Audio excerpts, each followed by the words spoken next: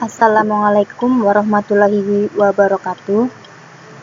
Perkenalkan, kami dari kelompok 11 yang beranggotakan saya sendiri, Lestari Indriana, dengan NIM 182111291, dan dua teman saya, Lisa Corneliasari dengan NIM 182111102, dan Radita Aditya Nugratama dengan NIM 182111341, yang akan mempresentasikan mata kuliah Hukum Perkawinan dengan judul Kekerasan dalam Rumah Tangga atau yang biasa kita sebut dengan KDRT. Baik, yang pertama membahas tentang pengertian KDRT. Dalam Kamus Bahasa Indonesia, kekerasan berarti menyebabkan kerusakan fisik.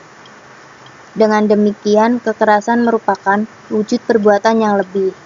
Kekerasan diartikan sebagai perbuatan yang menyebabkan cedera atau matinya orang lain atau bersifat fisik. Pengertian kekerasan juga terdapat dalam pasal 89 KUHP, yaitu membuat orang pingsan atau tidak berdaya disampingkan dengan menggunakan kekerasan.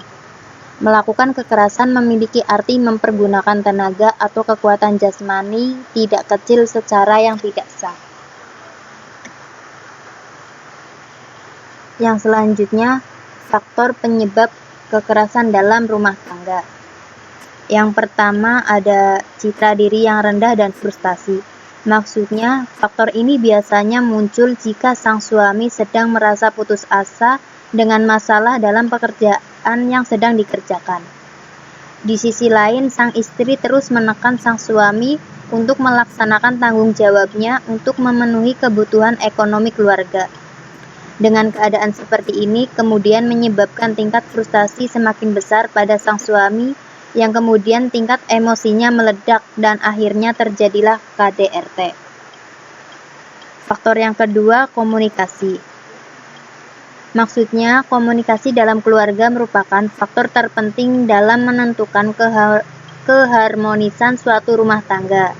Dengan adanya komunikasi akan tercipta hubungan yang lebih terbuka di antara anggota keluarga dalam menyampaikan keluhan, unek-unek, ataupun hal-hal lain yang berkaitan dengan masalah keluarga. Bila mana komunikasi dalam suatu keluarga tidak baik, maka dapat dipastikan akan memperbesar kemungkinan timbulnya konflik yang berujung pada kekerasan dalam rumah tangga, dan hal ini sangat mungkin menimbulkan korban. Faktor yang ketiga, penyelewengan. Hadirnya pihak ketiga dalam hubungan suami istri merupakan masalah besar yang dihadapi oleh masalah tersebut. Tak jarang hal tersebut menimbulkan perceraian ataupun menimbulkan suatu tindakan kekerasan dalam rumah tangga. Seperti seorang suami mempunyai wanita selingkuhan, di saat sedang berkencan tiba-tiba kepergok sang istri. Saat berada di rumah, sang istri menanyakan kebenaran hal tersebut, tetapi sang suami tidak terima dan pada akhirnya terjadi pertengkaran yang berujung pada kekerasan fisik yang dilakukan oleh sang suami kepada istri.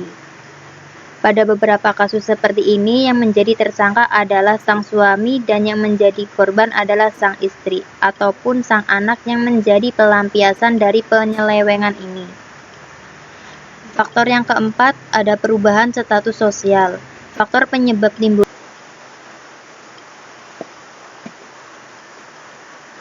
Faktor yang keempat, perubahan status sosial.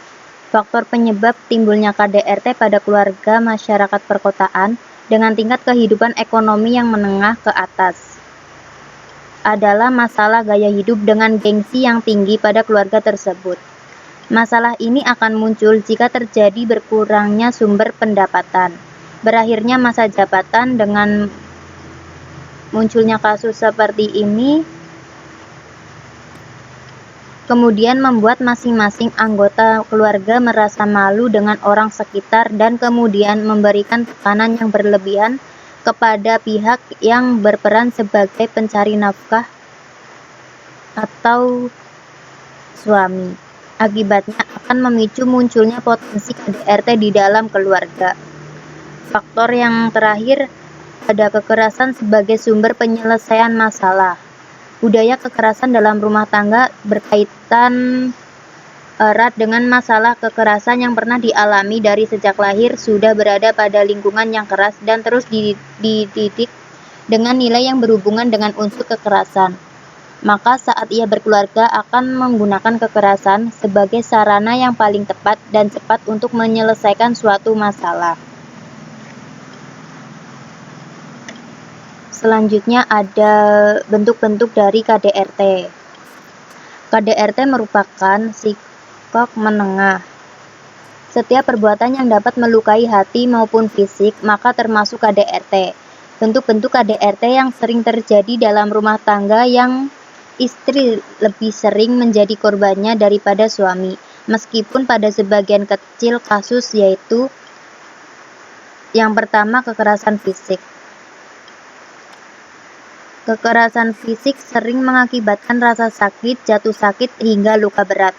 Tidak hanya menimbulkan sakit hati saja, tapi KDRT ini juga menimbulkan sakit fisik.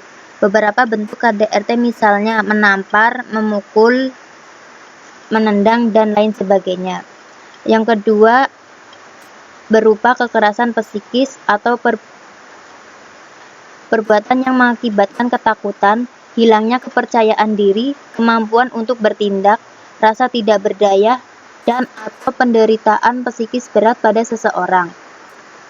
Misalnya yaitu berupa ancaman pembunuhan, ancaman hidupnya tidak akan tenang, dan lain sebagainya.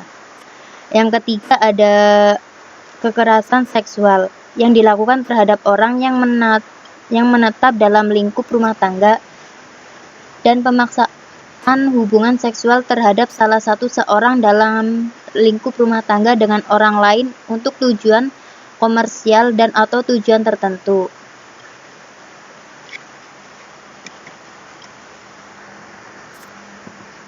Kemudian ada dampak atau akibat dari KDRT. Yang pertama, dampak medis. Antara lain, 1. Korban KDRT datang ke ruang gawat darurat 6 kali lebih banyak dibanding yang tidak mengalami KDRT. 2. Korban KDRT akan menemui dokter 8 kali lebih banyak dibandingkan yang tidak mengalami KDRT. Yang ketiga, korban membutuhkan resep dokter dan membeli obat lebih banyak. Yang keempat, korban KDRT mengeluarkan biaya berobat lebih besar. Dan terakhir, korban bisa saja mengalami kematian. Adapun dari kesehatan fisik, korban KDRT akan mengalami cedera, gangguan fungsi tubuh, status kesehatan yang buruk, ketidakmampuan permanen, dan obesitas berat. Dampak kesehatan reproduksi. Yang pertama, kehamilan yang tidak diinginkan.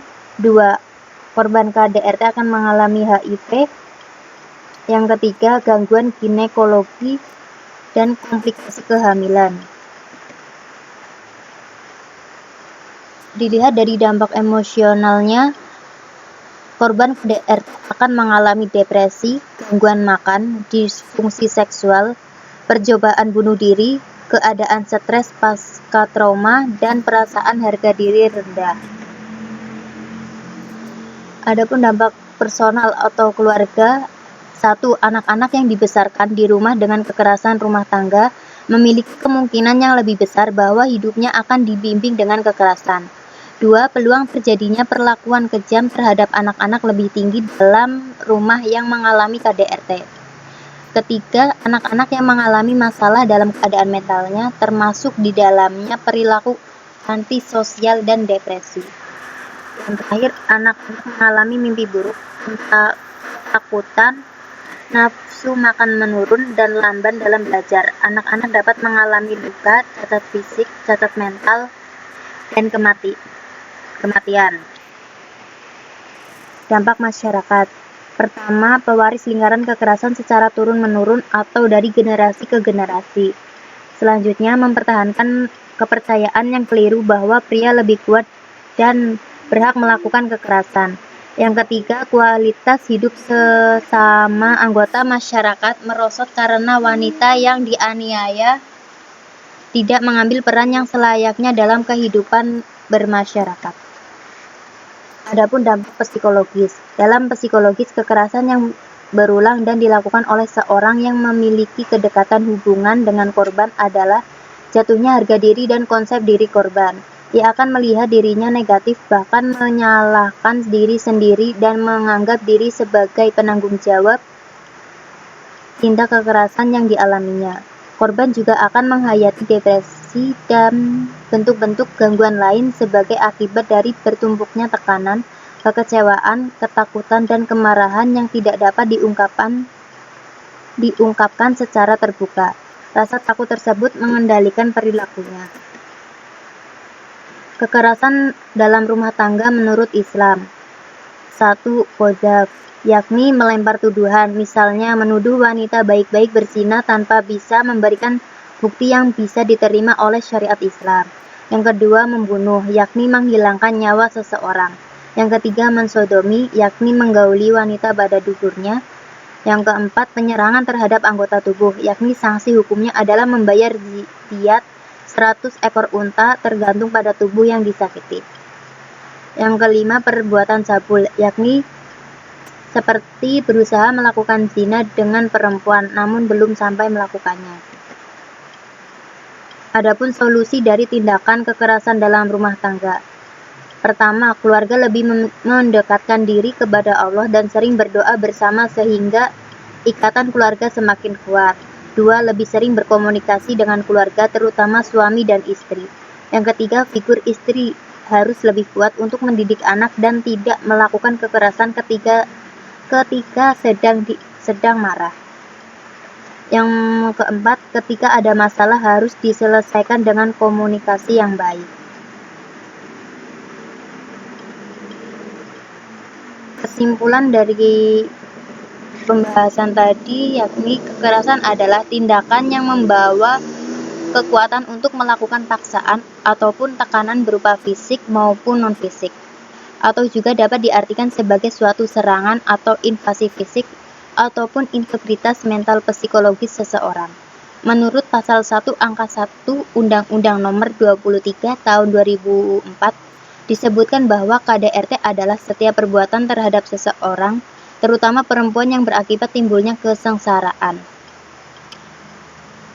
Faktor penyebab KDRT antara lain citra diri yang rendah dan frustasi, kemudian ada komunikasi, penyelewengan, selanjutnya ada perubahan status sosial dan kekerasan sebagai sumber penyelesaian masalah dan lain sebagainya. Adapun bentuk-bentuk dari KDRT seperti kekerasan fisik, kekerasan psikis, dan kekerasan seksual. Sekian presentasi dari kelompok 11. Apabila ada salah kata mohon dimaafkan. Semoga bermanfaat. Wassalamualaikum warahmatullahi wabarakatuh.